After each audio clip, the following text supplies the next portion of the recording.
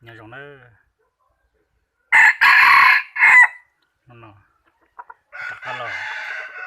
dàn cùi từ lọc cây chuột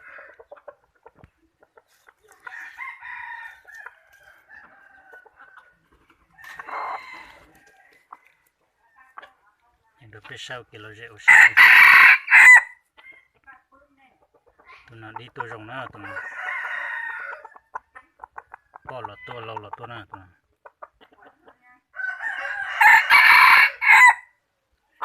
sân thì hơi rất là gỡ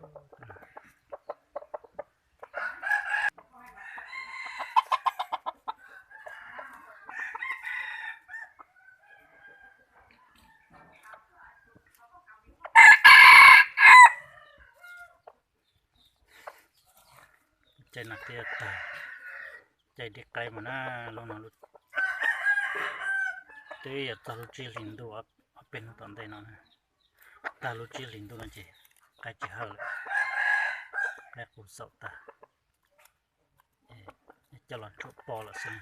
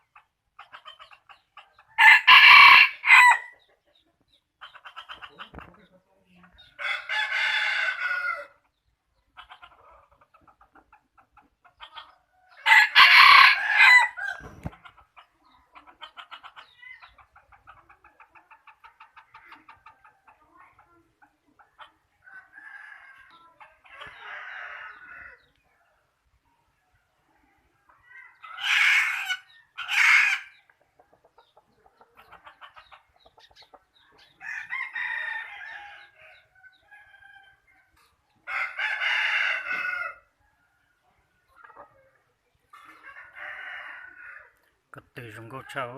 phải nè cái từ lo hàng nè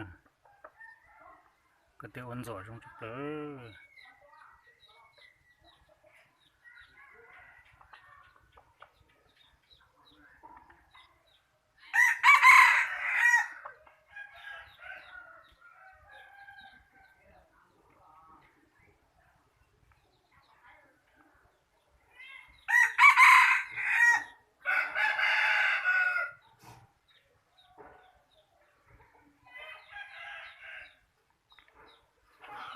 ao khăn